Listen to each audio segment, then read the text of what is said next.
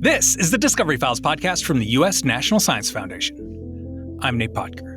Quantum information science is a rapidly advancing field, as the possibilities that distinctly quantum phenomena offer will create breakthroughs in areas such as sensing and measurement, computation and simulation, communication, networking, and security.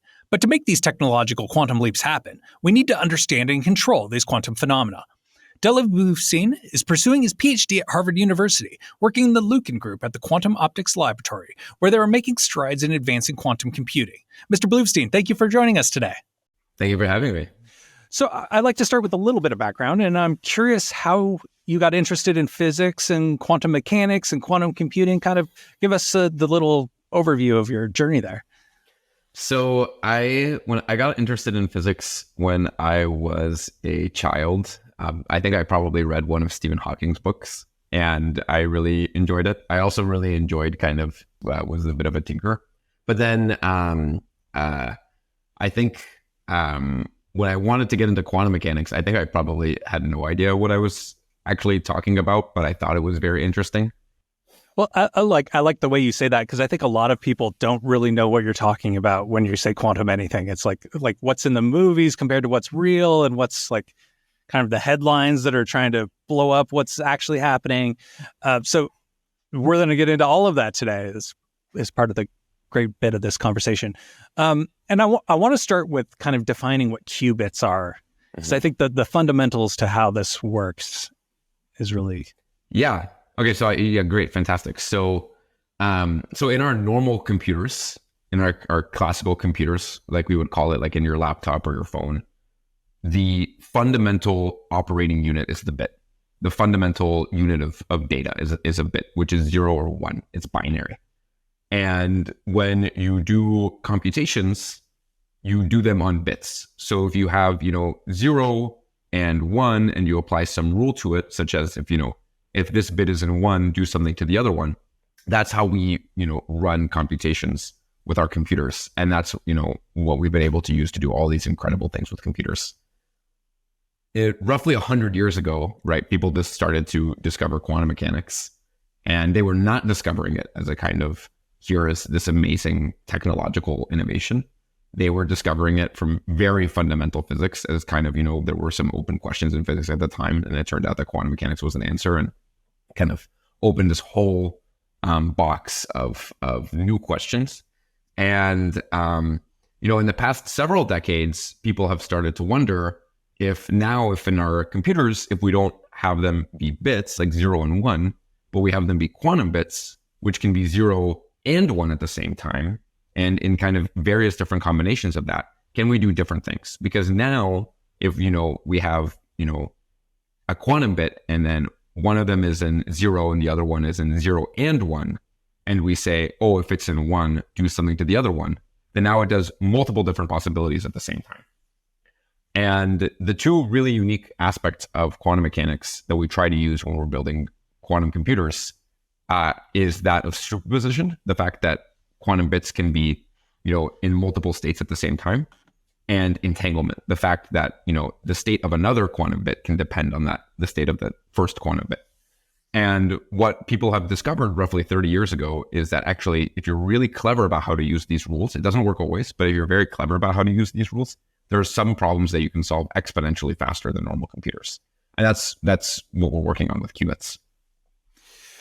So moving into kind of turning them into processors, we hear a lot about with the quantum computing that's out there, like you have the Chandelier computer from IBM, and you have Google, and there's a few companies doing this kind of stuff. You hear about the chase towards the amount of qubits. Is more better, as now you hear about IBM making smaller amounts of qubits, but they're getting into kind of the controls and errors. And I think we need to get into that idea a little bit here. Well, okay, I shouldn't be careful with being too honest, there is certainly a tremendous amount of hype around quantum computing, sometimes not super well justified. And it's important to kind of read headlines that people put out in that scope. So sometimes the kind of amazing scientific innovations that even, a company or an academic group is making is not necessarily commensurate with the headlines that are being put out. So Like that's the statement I'll make there. So yeah, more qubits is definitely important. So I mean, the power of a quantum computer grows exponentially with the number of qubits that you have. So certainly the more quantum bits you have, the kind of, more you can study. And there's, for problems where quantum computers outperform classical computers, it kind of just starts to rapidly become better and better the more quantum bits you have. At a certain point, however, I think, and this certain point happened in the field a few years ago, there's kind of a transition where we have enough quantum bits that we're doing things that are interesting, and we're studying interesting physics and interesting, kind of problems that we actually can't solve with classical computers. Not ones that, kind of cure cancer or do anything productive necessarily, but ones that are interesting to scientists. So that phase transition has kind of already happened. So we've already kind of crossed this boundary where we have just a lot of quantum bits. And now there's a bigger challenge, which is that in order to solve really big problems, like the ones that I kind of had alluded to earlier, like, for example, solving like a big chemistry problem or some of these other things that we're inspired by, we need to use something that's known as quantum error correction. I know this will be kind of something we talk about in a little bit. But at a certain point, if we have so many quantum bits and we can't kind of interact them together in the right way, it's also not so useful. So the kind of other really important thing is not only, making many quantum bits, but also figuring out how to take the many quantum bits that we make and then combine them into something that we call an error-corrected qubit that actually now can do many, many more operations before having an error. So there's a lot that you might hear about in terms of, the numbers of quantum bits, et cetera. But there's kind of a lot of different axes that things are being developed on. Right. And there's a couple different approaches to how the qubits are made and how they're running. And I think all of these things are probably influence that the general public doesn't get the particulars of. What is quantum error correction and why is it necessary? Let's go even back a step and then ask, about just quantum computing, what makes it powerful? And one of the things that makes it powerful is that it can be in many different states at once. That also was part of the reason that when this was first created, people thought that you could never actually build quantum computers. It actually reminded people of a whole field of classical computation known as analog computing that also actually has a lot of power. But the main challenge there is that it can't be corrected. You can't error correct an analog computer, at least not in, a standard way, which is, in contrast to digital computers like our bits, 0 and 1.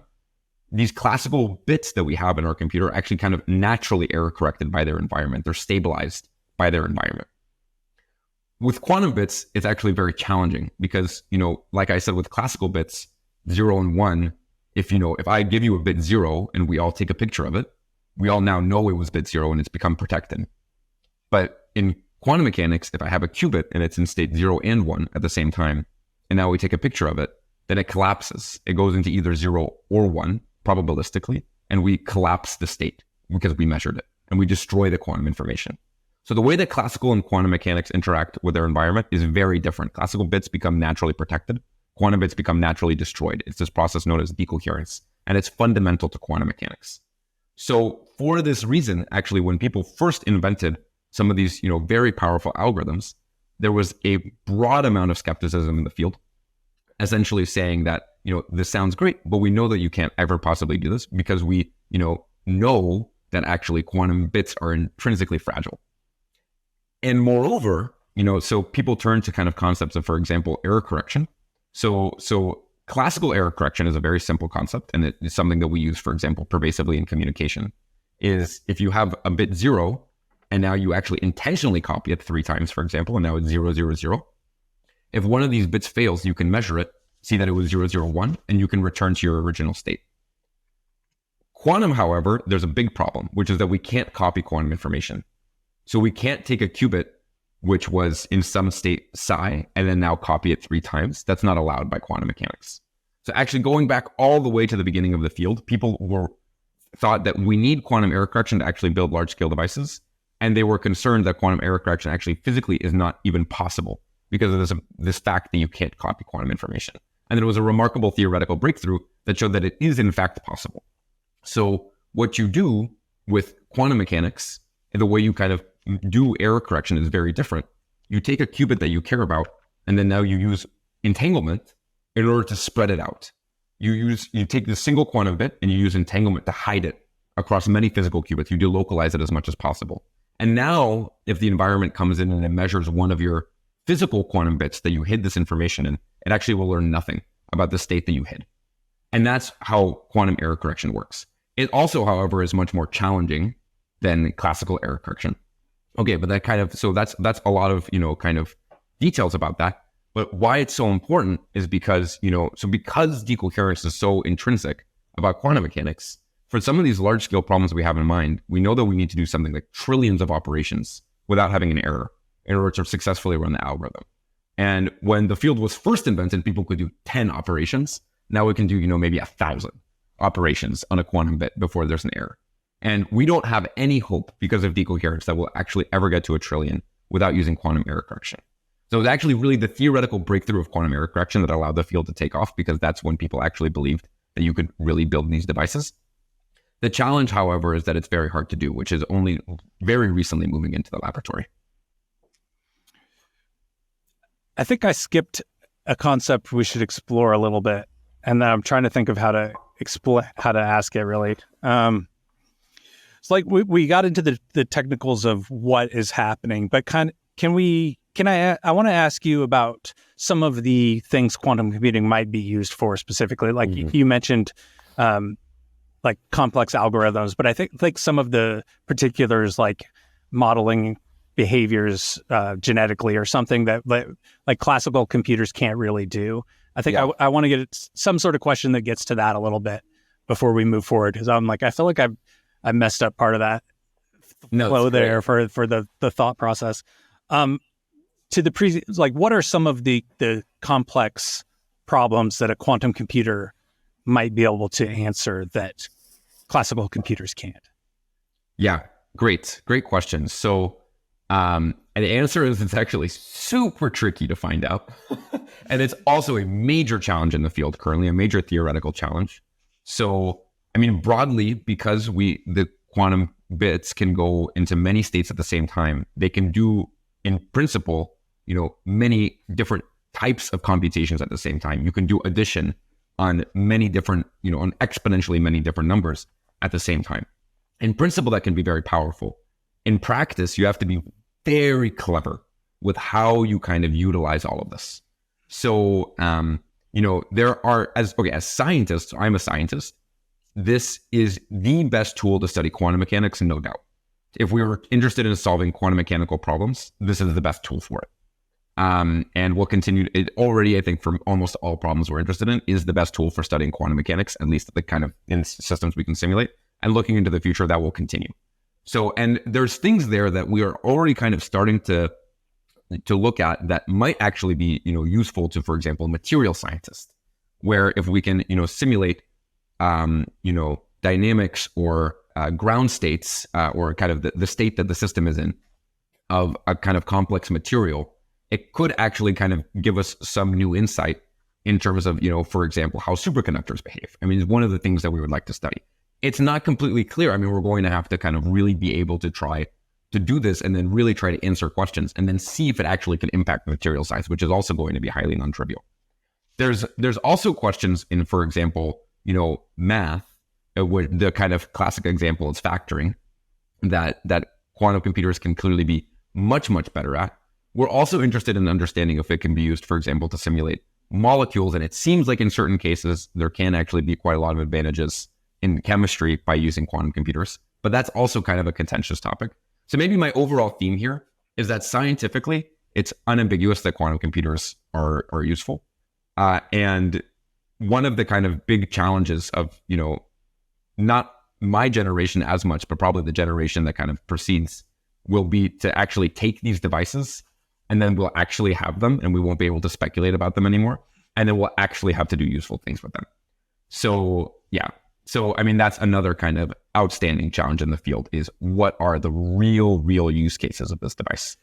And this is some of the things that come up when this is a thing that's in development. So like some of your headlines, like we were talking about, kind of get ahead of where things actually are in a way that's tricky to understand where things actually are then when you like, oh, wait, I thought we were doing this. I thought it could do this. I'm like, well, Yeah. it might be able to do that. It's like where the theory versus the actual hard science is happening.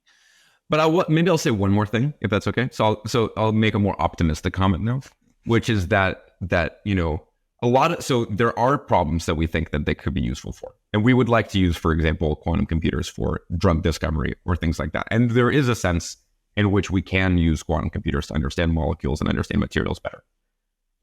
For people who are hardcore material scientists and hardcore chemists, they will often have the answer of, but we've already made progress on those problems, right? These were important problems, so we made progress anyway.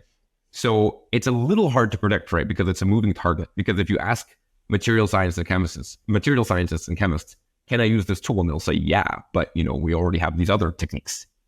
And it's a moving target, right? Because those fields are not stationary either. And in 30 years, those fields will also be different. Right. So what I am confident is this is a new tool. I'm not entirely confident about the entire range of impact it'll have on human society, but it is a new tool.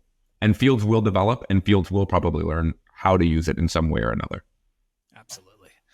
So moving into some of your specific work, I know there was a paper where you're talking about quantum error correction and kind of some technique breakthroughs that you guys have had in your lab there. Can you tell me a little bit about this? Yes, absolutely. So there are many different approaches to quantum computing people are currently exploring. The one that we work on is using atoms that are trapped inside of optical tweezers. So what this looks like is we have a vacuum chamber. We pump out all of the air. And so there's essentially no particles in there.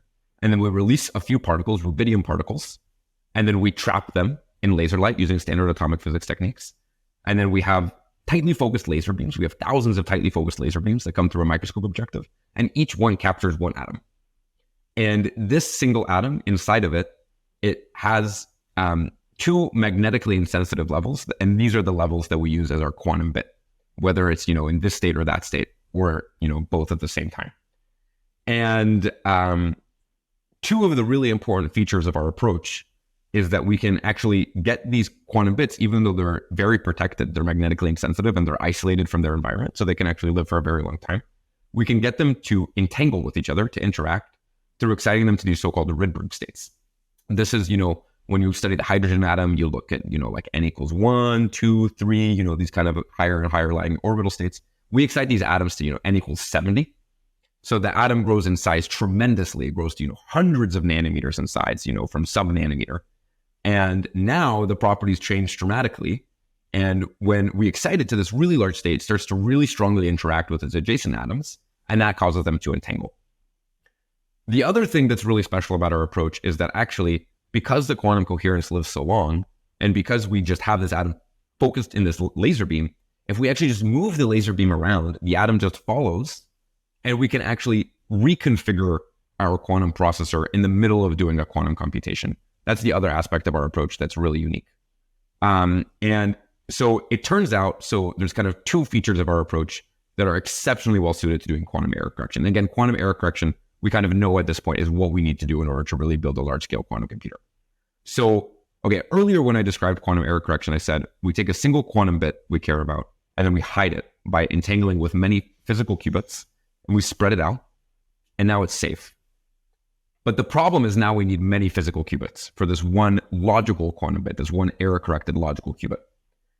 And that has a lot of overhead. So now if we want to do computations with thousands of logical qubits, we need millions of physical qubits. And that's tough. That's really challenging.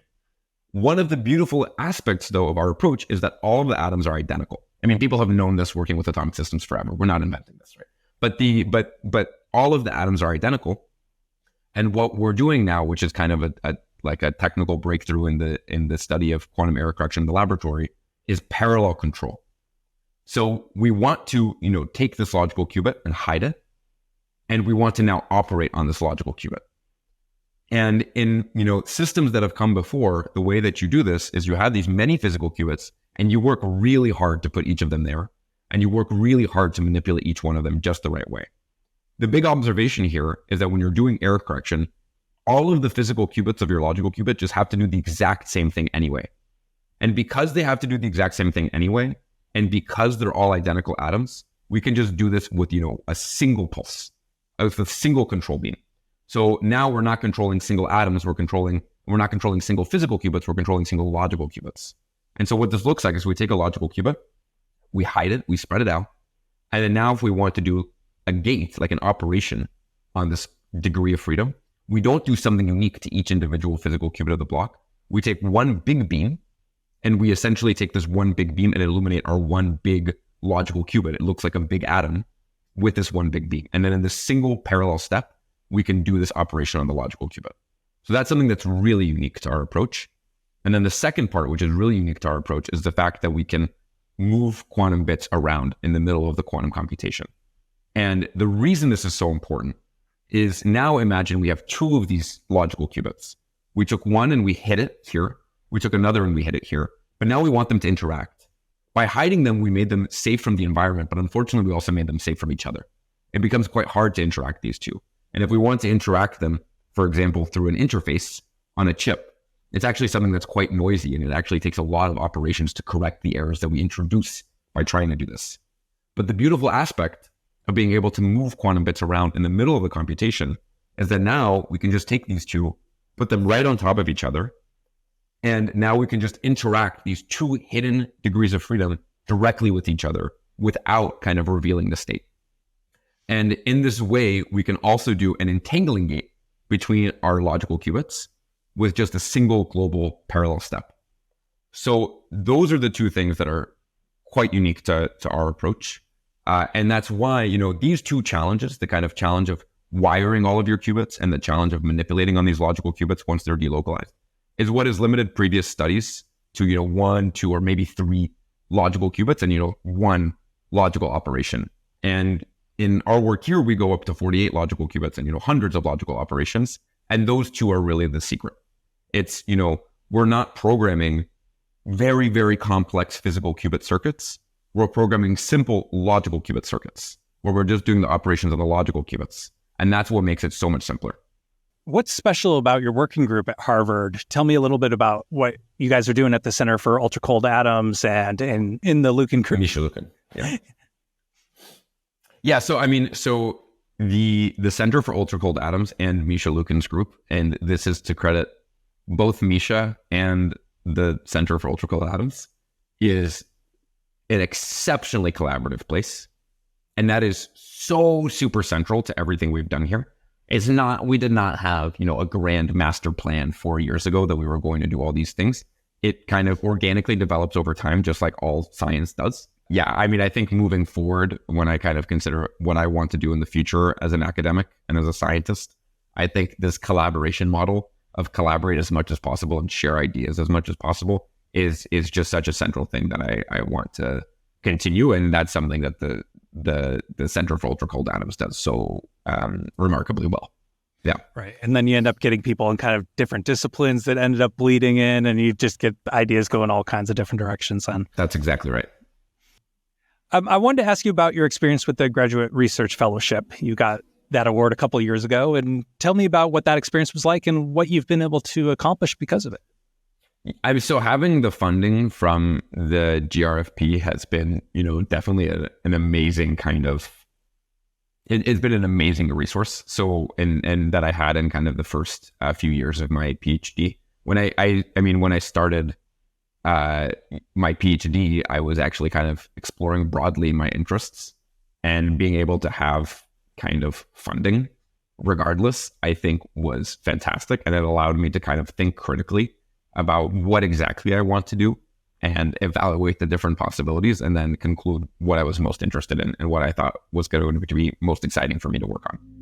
Special thanks to Dolev Bluvstein. For the Discovery Files, I'm Nate Podker. Discover how the U.S. National Science Foundation is advancing research at nsf.gov.